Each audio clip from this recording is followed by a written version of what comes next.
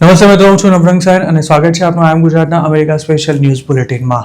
સોમવાર એપ્રિલ 13ના બુલેટિનમાં જોઈશું Trump એડમિનિસ્ટ્રેશને બોસ્ટનના Gujarati immigration જજ રૂપલ પટેલને કેમ અચાનક ઘર ભેગા કરી દેવાનો આદેશ આપ્યો તેમજ તેમની હકાલપટ્ટી શેની સાબિતી આપી રહી છે તેના સમાચાર જાણીશું. પોતાના મેં હું ડોન પ્રકારના એટીટ્યુડને કારણે કેમ ડોનાલ્ડ ટ્રમ્પ પોતાની સાથે સાથે અમેરિકન્સ અને આખી દુનિયાના લોકોનું મસ્ત મોટું નુકસાન કરી રહ્યા છે અને કેમ તેમણે આપેલી નવી ધમકીથી ક્રૂડના ભાવમાં મોટો ભડકો થવાનો ડર છે તેની વિગતો તેમજ અમેરિકામાં ગેસની કિંમતોમાં છેલ્લા 1.5 મહિનાથી થઈ રહેલા વધારા અંગે હાથ અદ્ધર કરી દેતા ડોનાલ્ડ ટ્રમ્પે હવે શું કહ્યું તેનો એક રિપોર્ટ અને છેલ્લે ન્યૂ જર્સીમાં મકાનોના ભાવમાં કેટલો વધારો થયો અને કેમ ગાર્ડન સ્ટેટ તરીકે ઓળખાતા એનજેમાં સમગ્ર અમેરિકા કરતાં મકાનોના ભાવ સૌથી વધારે ઉછળ્યા છે તેની વાત આજના આ બુલેટિનમાં. અમેરિકામાં ઇમિગ્રેશન જજ તરીકે ફરજ બજાવતા એક ભારતીય મૂળના મહિલા જજને પ્રામાણિકતાથી પોતાનું કામ કરવાની સજા અપાઈ છે. છેલ્લા 1.5 વર્ષથી ટ્રમ્પ એડમિનિસ્ટ્રેશન જે રીતે આડેધડ ઇમિગ્રેશન જજીસની હકાલપટ્ટી કરી રહ્યું છે તેના લેટેસ્ટ રાઉન્ડમાં ગુજરાતી જજ રૂપલ પટેલનો પણ નંબર આવી ગયો છે. તેમની સાથે નીના ફ્રોઝ નામના અન્ય એક જજને પણ રૂખસત આપી દેવાઈ છે. આ બંને જજને જે સંજોગોમાં ઘર ભેગા કરવામાં આવ્યા છે તેની અમેરિકન મીડિયાએ પણ ખૂબ જ ગંભીરતાથી નોંધ લીધી છે. રૂપલ પટેલ અને નીના ફ્રોઝે પાલેસ્ટાઇનની તરફેણ કરનારા ઇન્ટરનેશનલ સ્ટુડન્ટ્સના હાઈ પ્રોફાઇલ ડિપોર્ટેશન કેસમાં સરકારની વિરુદ્ધમાં ચુકાદો આપ્યો હતો જેની કિંમત તેમને પોતાની જોબ ગુમાવીને ચૂકવવી પડી છે. ટ્રમ્પની સરકાર દરમિયાન રૂપલ પટેલે પોતાની પાસે આવેલા 41.5% કેસમાં અસાયલમ મંજૂર કરી દીધું હતું જ્યારે હાલની સ્થિતિ પ્રમાણે મોટાભાગના જજીસનો અસાયલમ અપ્રૂવ કરવાનો રેકોર્ડ 18% કરતાં પણ ઘણો નીચો છે જેના કારણે રૂપલ પટેલ ઘણા સમયથી સરકારના રડાર પર હોવાની પણ પૂરી શક્યતા છે. ન્યૂયોર્ક ટાઈમ્સ સાથે વાત કરતા તેમણે જણાવ્યું હતું કે હાલની સરકાર વધુમાં વધુ ઇમિગ્રન્ટ્સને ડિપોર્ટ કરી દેવા માંગે છે જેના માટે જજીસ પર ખૂબ જ પ્રેશર છે. તેમણે કહ્યું હતું કે પ્રેશર હોવા છતાં પણ પોતે કાયદા અનુસાર કામ કરી રહ્યા હતા કારણ કે અમેરિકાની ધરતી પર રહેતા તમામ લોકોને કોર્ટમાં જવાનો અને ન્યાય મેળવવાનો હક છે તેમજ દરેક વ્યક્તિને દેશના બંધારણે પોતાનો કેસ લડવાની પણ સત્તા આપી છે. ટ્રમ્પ એડમિનિસ્ટ્રેશન જે પણ ઇમિગ્રેશન જજીસને ટાર્ગેટ કરી રહ્યું છે તેમાં મોટાભાગના બાઇડનની સરકાર દરમિયાન અપોઇન્ટ થયા હતા કે પછી તેઓ સરકારના આદેશ અનુસાર ધડાધડ ડિપોર્ટેશન ઓર્ડર ઇસ્યુ કરવાને બદલે અનડોક્યુમેન્ટેડ ઇમિગ્રન્ટ્સ પ્રત્યે ઉદાર વલણ ધરાવતા હતા. જોકે ટ્રમ્પ સરકાર હવે આવા જજીસનો સફાયો કરી સિસ્ટમમાં એવા લોકોને બેસાડી રહી છે કે જેમને પહેલેથી જ સ્પષ્ટ સૂચના આપી દેવાઈ છે કે અસાયલમના કેસમાં બને તેટલી ઝડપથી માત્ર ને માત્ર ડિપોર્ટેશન ઓર્ડર જ ઇસ્યુ કરવાના છે. રૂપલ પટેલ સહિત કુલ 6 જજીસને શુક્રવારે ફાયર કરી દેવામાં આવ્યા હતા જેમાંથી 4 પ્રોબેશન પર હતા અને આ જજીસ રોમિસા અસ્તર્ક અને મોહસિન મહદવી નામના 2 સ્ટુડન્ટ સામે સરકારે ફાઇલ કરેલા ડિપોર્ટેશનના કેસ સાથે સંકળાયેલા હતા. આ કેસમાં બંને સ્ટુડન્ટ્સને ડિપોર્ટેશન સામે જજીસ દ્વારા રાહત આપવામાં આવી હતી. જોકે લીગલ ઇમિગ્રન્ટ્સને પણ ભીસમાં લઈ રહેલી સરકારનો સૌ પહેલો ટાર્ગેટ સ્ટુડન્ટ્સ જ હતા. તેવામાં આ બંને હાઈ પ્રોફાઇલ કેસમાં ઇમિગ્રેશન જજીસે સ્ટુડન્ટ્સની તરફેણમાં ચુકાદો આપતા સરકારને લપડાક પણ મારી હતી. સ્વાભાવિક છે કે જજીસના આ સ્ટેન્ડથી ટ્રમ્પ એડમિનિસ્ટ્રેશન ધુઆપુઆ થઈ ગયું હતું અને આખરે મોકો મળતા જ તેમને ઘર ભેગા કરી દેવામાં આવ્યા છે. રોમિસા અને મોહસિનની ગયા વર્ષે આઈસ દ્વારા ધરપકડ કરવામાં આવી હતી. ટ્રમ્પે સત્તા સંભાળતા જ પાલેસ્ટાઇન તરફી આંદોલનમાં ભાગ લેનારા સ્ટુડન્ટ્સ પર પસ્તાળ પાડી હતી જેના ભાગરૂપે આ બંને સ્ટુડન્ટ્સને પણ જેલ ભેગા કરી દઈ તેમને ડિપોર્ટ કરી દેવાની કાર્યવાહી શરૂ કરાઈ હતી જેના પર ઇમિગ્રેશન કોર્ટે બ્રેક લગાવી દીધી હતી. ડિપોર્ટેશન સામે પ્રોટેક્શન મેળવનારી રૂમિસાનો જન્મ તુર્કીમાં થયો હતો અને તે અમેરિકામાં ટફ્ટ્સ યુનિવર્સિટીમાં અભ્યાસ કરે છે. તેનું સ્ટેટસ રદ કરાવવા માટે ખુદ સેક્રેટરી ઓફ સ્ટેટ્સ માર્કો રૂબિયો મેદાનમાં આવ્યા હતા. તેવી જ રીતે કોલંબિયા યુનિવર્સિટીનો સ્ટુડન્ટ મોહસિન પાલેસ્ટાઇનનો છે અને તે ગ્રીન કાર્ડ હોલ્ડર હોવા છતાં પણ તેને ડિપોર્ટ કરવાના પ્રયાસ થયા હતા. આ બંને સ્ટુડન્ટ સામે ઇમિગ્રેશન કોર્ટ્સમાં કેસ ફાઇલ કરવામાં આવ્યા હતા, પરંતુ બચાવ પક્ષની એવી દલીલ હતી કે તેમની ધરપકડ ફ્રી સ્પીચના અધિકારનો ભંગ છે. બોસ્ટનમાં ફરજ બજાવતા ઇમિગ્રેશન જજ રૂપલ પટેલે જાન્યુઆરીમાં જ ચુકાદો આપ્યો હતો કે રૂમિસાને ડિપોર્ટ કરવા માટે સરકાર પાસે કોઈ નક્કર કારણો નથી. રૂપલ પટેલની અપોઇન્ટમેન્ટ 2024માં બાઇડન એડમિનિસ્ટ્રેશન દ્વારા કરવામાં આવી હતી અને તેમનો 2 વર્ષનો પ્રોબેશન પીરિયડ પૂરો થવાની તૈયારીમાં હતો. તેવા સમયે જ તેમની હકાલપટ્ટી કરી દેવામાં આવી છે. આઈએમ ગુજરાત પર તાજેતરમાં જ એક રિપોર્ટ પબ્લિશ કરવામાં આવ્યો હતો, જેમાં જણાવાયું હતું કે હવે કઈ રીતે અસાયલમ માંગનારા લોકોને આડેધડ ડિપોર્ટ કરવામાં આવી રહ્યા છે. ગુજરાતીઓની જ વાત કરીએ તો અસાયલમના કેસની પહેલી જ હિયરિંગમાં ડિપોર્ટેશન આપી દેવાયું હોય તેવા લોકોની સંખ્યા વધી રહી છે. ખાસ તો જે લોકોએ આઈસમાં હાજરી નથી ભરી કે પછી કેસ શરૂ થાય તે પહેલાં જ અમેરિકામાં કોઈ ગુનો કરી બેઠા છે, તેમને હવે ગમે ત્યારે ઘર ભેગા કરવામાં આવે તેવી સ્થિતિ છે. માસ ડિપોર્ટેશનને ધમધમતું રાખવા સામે સૌથી મોટી ચેલેન્જ ઇમિગ્રેશન કોર્ટ્સ હતી, જેનો ઉપાય સરકારે શોધી લીધો છે અને તેના ભાગરૂપે જ આડેધડ ઇમિગ્રેશન જજીસને ફાયર કરવામાં આવી રહ્યા છે. અને જે નવી ભરતી થઈ રહી છે તેમને ડિપોર્ટેશન જજ તરીકે જ ઓળખવામાં આવી રહ્યા છે. શું આપને લાગે છે કે ઇમિગ્રન્ટ્સ પ્રત્યે ઉદાર વલણ ધરાવતા રૂપલ પટેલ જેવા જજીસને ટ્રમ્પ એડમિનિસ્ટ્રેશન જે રીતે ટાર્ગેટ કરી રહ્યું છે તે યોગ્ય છે? આ અંગે આપનું શું માનવું છે અમને કમેન્ટમાં ચોક્કસ જણાવજો. ઈરાન સામેના યુદ્ધમાં ખાસું નુકસાન વેઠ્યા બાદ તેની સાથે સીઝ ફાયર માટે તૈયાર થઈ ગયેલા ડોનાલ્ડ ટ્રમ્પનો મેં હું ડોન ટાઈપનો એટીટ્યુડ હજુ પણ એવો ને એવો જ છે. 14 દિવસનું સીઝ ફાયર કેટલું ચાલશે તે કોઈ નથી જાણતું. તેવામાં યુદ્ધને સમાપ્ત કરવા માટે શરૂ કરાયેલા પ્રયાસોના ભાગરૂપે ઈરાન અને અમેરિકાના પ્રતિનિધિઓ વચ્ચે પાકિસ્તાનમાં 21 કલાકની મેરેથોન ચર્ચા ચાલી હતી, પણ અપેક્ષા મુજબ તેનો કોઈ નિષ્કર્ષ નહોતો આવ્યો. તેનું કારણ પણ અમેરિકાનો મેં હું ડોન ટાઈપનો એટીટ્યુડ જ હતો. આ વાટાઘાટો કેમ નિષ્ફળ રહી છે તેની પાછળ ઈરાન અને અમેરિકા બંને અલગ અલગ સ્ટોરી કહી રહ્યા છે. ઈરાનનું કહેવું છે કે અમેરિકા જાણે ચર્ચા કરવા માટે નહીં પણ ઓર્ડર કરી રહ્યું હોય તેમ પોતાના પર કેટલીક શરતો થોપવાના પ્રયાસો કરી રહ્યું હતું, જ્યારે અમેરિકાનું એવું કહેવું છે કે ઈરાન પોતાનો ન્યુક્લિયર પ્રોગ્રામ બંધ કરવા માટે તૈયાર ન હોવાથી તેની સાથેની ચર્ચા નિષ્ફળ રહી છે. ઈરાનના મીડિયાનું કહેવું છે કે બંને દેશો ઘણા મુદ્દા પર સહમત હતા, પરંતુ ન્યુક્લિયર પ્રોગ્રામ અને હોર્મુઝની ખાડી અંગે સહમતિ નહોતી સાધી શકાઈ. ઈરાનના વિદેશ મંત્રી અબ્બાસ અરગચીનું માનીએ તો મંત્રણાની છેલ્લી ઘડીએ અમેરિકાએ કેટલીક મોટી ડિમાન્ડ્સ મૂકી હતી, જ્યારે પોતાના પક્ષે કોઈ બાબતે સમાધાન કરવાની તેની જરા પણ તૈયારી નહોતી. તેમનું એવું પણ કહેવું હતું કે અમેરિકા ઈરાન પાસેથી કંઈક વધારે પડતું જ ઈચ્છતું હતું અને સમગ્ર વાટાઘાટો દરમિયાન તેણે સતત પોતાની ડિમાન્ડ્સ પણ બદલી હતી. તેમણે એવું પણ કહ્યું હતું કે અત્યાર સુધીના ઘટનાક્રમથી અમેરિકા કંઈ જ નથી શીખ્યું. પાકિસ્તાનમાં જે કંઈ થયું ત્યારબાદ હવે મિડલ ઇસ્ટમાં ટેન્શન વધી રહ્યું છે, કારણ કે ટ્રમ્પે હોર્મુઝની ખાડીને બ્લોક કરી દેવાની ધમકી આપી છે. ટ્રમ્પ એવું કહી રહ્યા છે કે ઈરાનના કોઈ પણ જહાજને હોર્મુઝમાંથી પસાર નહીં થવા દેવાય અને ન તો ઈરાન તરફ જતા જહાજને હોર્મુઝમાં એન્ટ્રી મળશે. ફોક્સ ન્યૂઝ સાથે વાત કરતા ટ્રમ્પે કહ્યું હતું કે ઈરાન અમુક દેશોને પોતાનું ક્રૂડ વેચી કમાણી નહીં કરી શકે. તેમણે એમ પણ જણાવ્યું હતું કે ઈરાનને ટોલ ચૂકવીને નીકળેલા જહાજોને પણ છોડવામાં નહીં આવે, તેમજ જો ઈરાન અમેરિકા પર કે પછી હોર્મુઝમાંથી પસાર થતા જહાજ પર હુમલો કરશે તો તેને જડબાતોડ જવાબ પણ આપવામાં આવશે. યુએસ સેન્ટ્રલ કમાન્ડે આ અંગે રવિવારે સ્પષ્ટતા કરતા જણાવ્યું હતું કે અમેરિકાની સેના સોમવારથી ઈરાન તરફ આવતા જતા જહાજોને અટકાવશે. ટ્રમ્પે રવિવારે ધમકી આપ્યા બાદ ઈરાનની સેનાએ પણ એવી ચેતવણી આપી છે કે હોર્મુઝમાં જો કોઈ પણ મિલિટરી જહાજ પ્રવેશશે તો તેને સીઝ ફાયરનો ભંગ ગણી તેની સામે તે અનુસાર કાર્યવાહી કરવામાં આવશે. તો બીજી તરફ ટ્રમ્પની આ ધમકી બાદ ક્રૂડના ભાવ ફરી $100 પાર પહોંચી ગયા છે, જ્યારે સ્ટોક માર્કેટ્સમાં વેચવાલીનો માહોલ જોવા મળી રહ્યો છે. જોકે અમેરિકા હોર્મુઝને બ્લોક કરી દેશે તો ઈરાન એક નવો જ મોરચો ખોલી શકે છે અને જો આમ થયું તો ક્રૂડના ભાવ હજુ પણ ભડકે પડે તેવી શક્યતા છે.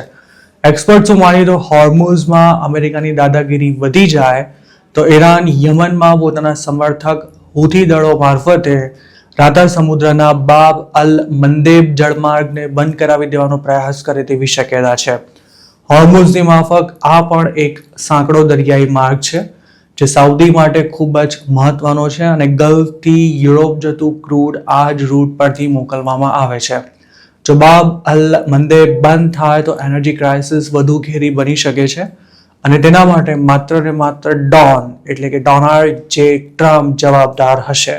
અમેરિકાએ ઈરાન સામે વોર શરૂ કર્યું ત્યારે પણ ટ્રમ્પે દુનિયાના એકે દેશને આ અંગે કશું જ પૂછવાનું જરૂરી નહોતું સમજ્યું. યુકે સહિતના યુરોપના જે દેશો સાથે અમેરિકાને ગાઢ સંબંધો છે તેમને પણ આ મામલે અંધારામાં રાખવામાં આવ્યા હતા. યુદ્ધ શરૂ થયાના ગણતરીના દિવસોમાં જ ટ્રમ્પ તેમાં સલવાઈ ગયા હોય તેવી તેમની હાલત થઈ જતા તેમણે યુરોપ સહિતના દેશોની મદદ માંગી હતી, પરંતુ કોઈ તે વખતે હાથ લાંબો કરવા માટે નહોતું આવ્યું. યુદ્ધની શરૂઆતમાં તો ટ્રમ્પ પોતે ઇઝરાયલ સાથે મળીને ઈરાનની ધૂળ ધાણી કરી નાખશે તેવો તેમનો વહેમ હતો, પરંતુ આ ગણતરી ઊંધી પડતા અને ખાસ તો ઈરાને હોર્મુઝના દરિયાઈ માર્ગને બંધ કરી નાખતા ટ્રમ્પ ધુઆપુઆ થઈ ગયા હતા અને તેમની હાલત ગળામાં હાડકું ફસાઈ ગયું હોય તેવી થઈ ગઈ હતી. ડોનાલ્ડ ટ્રમ્પે ત્યારબાદ ઈરાન સામે ગાળાગાડી પર ઉતરી આવી હોર્મુઝની ખાડીને ખોલાવવા માટે અનેક દમ પછાડા કર્યા હતા, પણ તેમાં સફળતા નહોતી મળી. એક સમયે ટ્રમ્પ એવી વાતો કરતા હતા કે ઈરાન બિનશરતી શરણાગતિ નહીં સ્વીકારે ત્યાં સુધી તેની સાથે કોઈ જ વાતચીત નહીં થાય કે ન તો તેના પરના હુમલા બંધ થશે. જોકે વોરને 1 મહિનો પૂરો થયો તે પહેલા જ ટ્રમ્પે ઈરાન સાથે વાતચીત ચાલુ હોવાના દાવા શરૂ કરી દીધા હતા અને છેલ્લે ગત મંગળવારે તેમણે સીઝ ફાયરની પણ જાહેરાત કરી હતી. હવે જો ઇસ્લામાબાદમાં થયેલી વાટાઘાટો પર પાછા આવીએ તો ભલે તેનું કોઈ પરિણામ ન આવ્યું હોય, પણ ટ્રમ્પને લાગે છે કે આ ચર્ચા ખૂબ જ ફ્રેન્ડલી હતી અને ઈરાન ફરી અમેરિકા સાથે ચર્ચા કરવા માટે તૈયાર થશે કારણ કે તેની પાસે બીજો કોઈ વિકલ્પ નથી. જો કે આવું કહ્યાના ગણતરીના કલાકોમાં જ તેમણે ફેરવી તોડતા એવું કહ્યું હતું કે ઈરાન ફરી વાટાઘાટો કરવા માટે તૈયાર થાય કે ન થાય તેનાથી અમેરિકાને કશો જ ફરક નથી પડતો.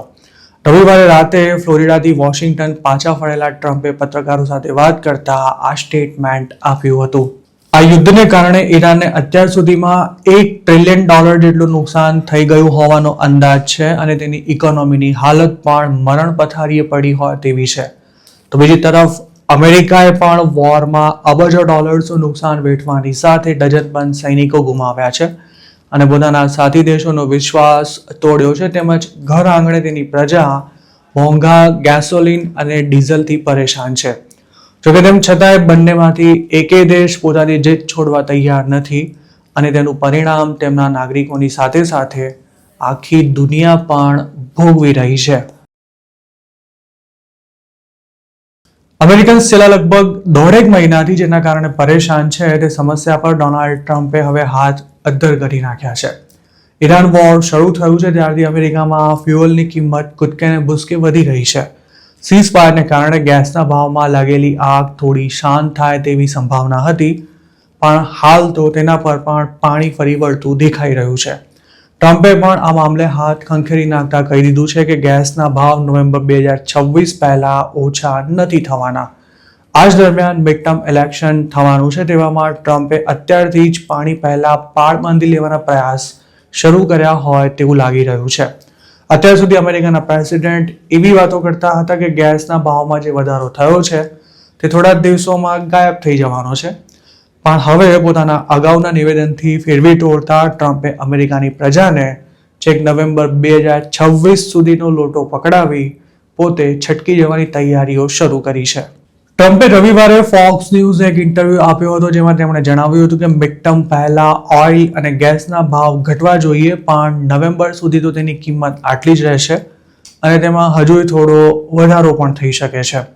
પાકિસ્તાનમાં ઈરાન સાથે થયેલી મંત્રણા પડી ભાંગ્યા બાદ ટ્રમ્પે હોર્મુઝને બ્લોક કરી દેવાની ધમકી આપતા ક્રૂડના ભાવમાં ફરી ભડકો થયો છે. જેમ જેમ અમેરિકામાં ગેસની કિંમત વધી રહી છે તેમ તેમ રિપબ્લિકન્સનું ટેન્શન પણ વધી રહ્યું છે અને તેમાંય ટ્રમ્પે જે સ્ટેટમેન્ટ આપ્યું છે તેના કારણે મોંઘવારી માટે જો બાઇડનને હોળીનું નારિયેળ બનાવવાનું રિપબ્લિકન નેતાઓ માટે હવે મુશ્કેલ બની રહ્યું છે. અત્યાર સુધી ટ્રમ્પ અને તેમના સપોર્ટર્સ તેમજ નેતાઓ અમેરિકાની તમામ સમસ્યા માટે જો બાઇડનને જવાબદાર ઠેરવતા હતા, પણ હવે તો ખુદ ટ્રમ્પ ચારે તરફથી ઘેરાઈ રહ્યા છે. રિપબ્લિકન નેતાઓ પણ અંદરખાને સ્વીકારી રહ્યા છે કે ઈરાન વોર બાદ ઘર આંગણે સર્જાયેલી સ્થિતિએ તેમની પરેશાની ઘણી જ વધારી દીધી છે. અમેરિકામાં ગેસની કિંમતનો ગ્રાફ જેટલો ઉપર જાય તેટલો જ પ્રેસિડેન્ટની પોપ્યુલારિટીનો ગ્રાફ નીચે આવતો હોય છે. આ સ્થિતિમાં ડેમોક્રેટ્સ પણ હવે ટ્રમ્પનો દાવ લેવાની ફિરાકમાં દેખાઈ રહ્યા છે અને તેમણે મિડ ટર્મ્સ માટે ફ્યુઅલની કોસ્ટમાં થઈ રહેલા વધારાને જ ચૂંટણી પ્રચારનો મુખ્ય મુદ્દો બનાવી દીધો છે.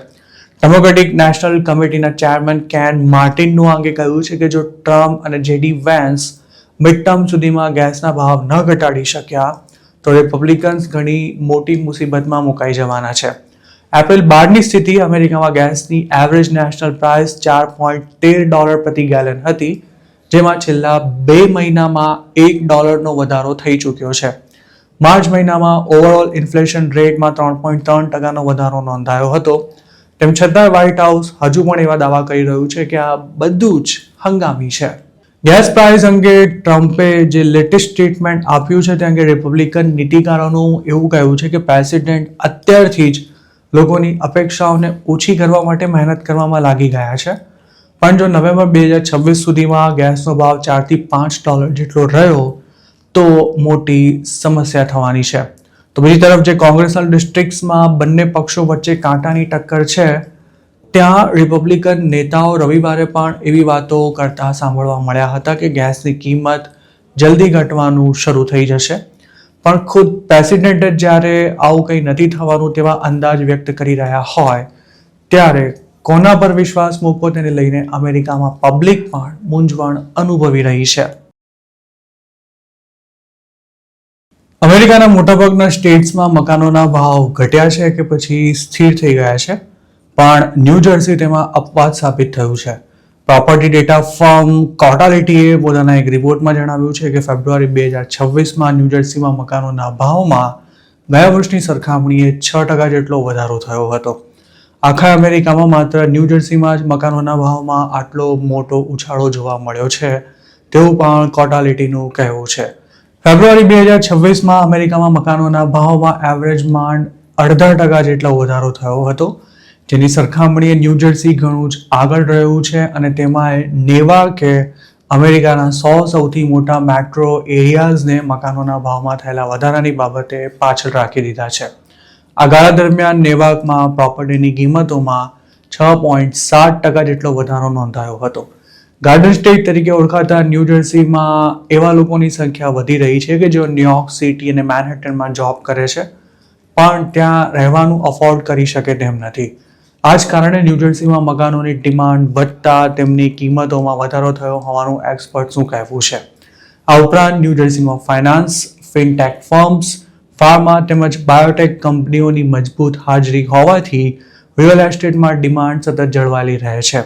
આ રિપોર્ટ તૈયાર કરનારા એક્સપર્ટ્સનું એવું પણ કહેવું છે કે ન્યૂ જર્સીમાં પગાર ધોરણ પણ ઊંચા હોવાને કારણે હાઉસિંગ સેગમેન્ટમાં ચહેલપહેલ યથાવત રહે છે. ફેબ્રુઆરી 2026માં ન્યૂ જર્સીમાં વેચાણ માટે ઉપલબ્ધ હોય તેવા મકાનોની ઇન્વેન્ટરી પ્રી પેન્ડેમિક લેવલ પર પહોંચી ગઈ હતી, જેના કારણે કેટલાક વિસ્તારોમાં ભાવ ઝડપથી વધ્યા હતા. કોટાલિટીના રિપોર્ટ અનુસાર ફેબ્રુઆરીમાં 40% મકાનો આસ્કિંગ પ્રાઇસથી વધુ કિંમતમાં વેચાયા હતા. અત્યાર સુધી ન્યૂ જર્સીમાં મકાન ખરીદવું ન્યુયોર્કની સરખામણીએ સસ્તું પડતું હતું, પણ બંને સ્ટેટ્સમાં ધીરે ધીરે આ તફાવત ઘટી રહ્યો છે. આ ઉપરાંત મોર્ગેજ લોન પરનું વ્યાજ પણ ઘણું ઊંચું હોવાથી મકાન ખરીદવાનું અફોર્ડ કરી શકે તેવા લોકોની સંખ્યા ઘટી રહી છે. આ સ્થિતિમાં જો કોઈ ફરક ન પડ્યો તો ન્યૂ જર્સીમાં પણ મકાનોની ડિમાન્ડ ઘટી શકે છે અને જે ડીલ્સ હાલ ફાઇનલ થઈ છે તે આખરી તબક્કામાં કેન્સલ પણ થઈ શકે છે. કોટાલિટીના ચીફ ઇકોનોમિસ્ટનું કહેવું છે કે બ્રોડર યુએસ માર્કેટ લોકલી રીબેલેન્સ થઈ રહ્યું છે, જે દર્શાવે છે કે અમેરિકામાં હવે કોઈ એક નહીં પણ ડઝનબંધ હાઉસિંગ માર્કેટ છે અને આ તમામ માર્કેટ્સમાં ડિમાન્ડ અને સપ્લાય પાછળના બેલેન્સ માટે અલગ અલગ પરિબળો જવાબદાર છે. એક તરફ ન્યૂ જર્સીમાં ફેબ્રુઆરી 2026માં મકાનોના ભાવમાં સારો એવો વધારો થયો હતો, તો બીજી તરફ આ જ ગાળા દરમિયાન 13 જેટલા સ્ટેટ્સમાં તેમની કિંમતોમાં ઘટાડો નોંધાયો હતો. જેમ કે ફ્લોરિડામાં કોવિડ બાદ રિયલ એસ્ટેટમાં જોરદાર તેજી જોવા મળી હતી, પણ ફેબ્રુઆરીમાં ત્યાં મકાનોના ભાવ 2% ઘટ્યા હતા. તેવી જ રીતે વોશિંગ્ટન ડીસીમાં તેમાં 3%નો ઘટાડો નોંધાયો હતો. જોકે આવનારા દિવસોમાં અમેરિકામાં રિયલ એસ્ટેટમાં કોઈ મોટો જામ જોવા મળે તેવી શક્યતા લગભગ ના બરાબર છે, કારણ કે ઈરાન વોરને કારણે ફરી મોંઘવારી વધી રહી છે તેમજ અફોર્ડેબિલિટી ઘટી રહી છે. તેમજ અમેરિકાની જાયન્ટ કંપનીઝ મોટા પાયે લે ઓફ કરશે તેવા ડર વચ્ચે લોકો મકાન ખરીદવાનું હાલ પૂરતું ટાળે તેવી પણ શક્યતા છે. જોકે અમેરિકામાં રહેતા ઇન્ડિયન્સની વાત કરીએ તો તેઓ રિયલ એસ્ટેટને હજુ પણ એક સિક્યોર ઇન્વેસ્ટમેન્ટ તરીકે જુએ છે અને જોઈન્ટ ફેમિલીને અકોમોડેટ કરી શકે તેવા મોટા મકાનોની ડિમાન્ડ હંમેશા રહેતી હોય છે. ખાસ તો ઇન્ડિયન્સ મકાન ખરીદતા પહેલા સ્કૂલ ડિસ્ટ્રિક્ટ્સ અને કોમ્યુનિટી નેટવર્ક્સને પણ ધ્યાનમાં રાખતા હોય છે. શું આપને લાગે છે કે હાલનો સમય અમેરિકામાં મકાન ખરીદવા માટે શ્રેષ્ઠ છે કે પછી હજુ પણ ભાવ ઘટે તેની રાહ જોવી જોઈએ? આપ આ અંગે શું માનો છો તેમને કમેન્ટમાં ચોક્કસ જણાવજો. તો મિત્રો, આ હતા અમેરિકાના આજના મુખ્ય સમાચાર. આપને જો મારી રજૂઆત પસંદ આવી હોય તો આ વિડીયોને લાઇક અને શેર કરવાનું તેમજ આઈ એમ ગુજરાતની યુટ્યુબ ચેનલને સબસ્ક્રાઇબ કરવાનું ભૂલશો નહીં, કારણ કે આ ચેનલ પર આપને મળશે અમેરિકામાં રહેતા ગુજરાતીઓ માટેના તમામ મહત્વના સમાચાર અને તે પણ આપની પોતાની ભાષામાં. આપ જો મારી સાથે કોઈ ટિપ શેર કરવા માંગતા હો તો હાલ સ્ક્રીન પર દેખાઈ રહેલા વોટ્સએપ નંબર પર પણ અમારો સંપર્ક કરી શકો છો. આપની ઓળખ ગુપ્ત રાખવામાં આવશે.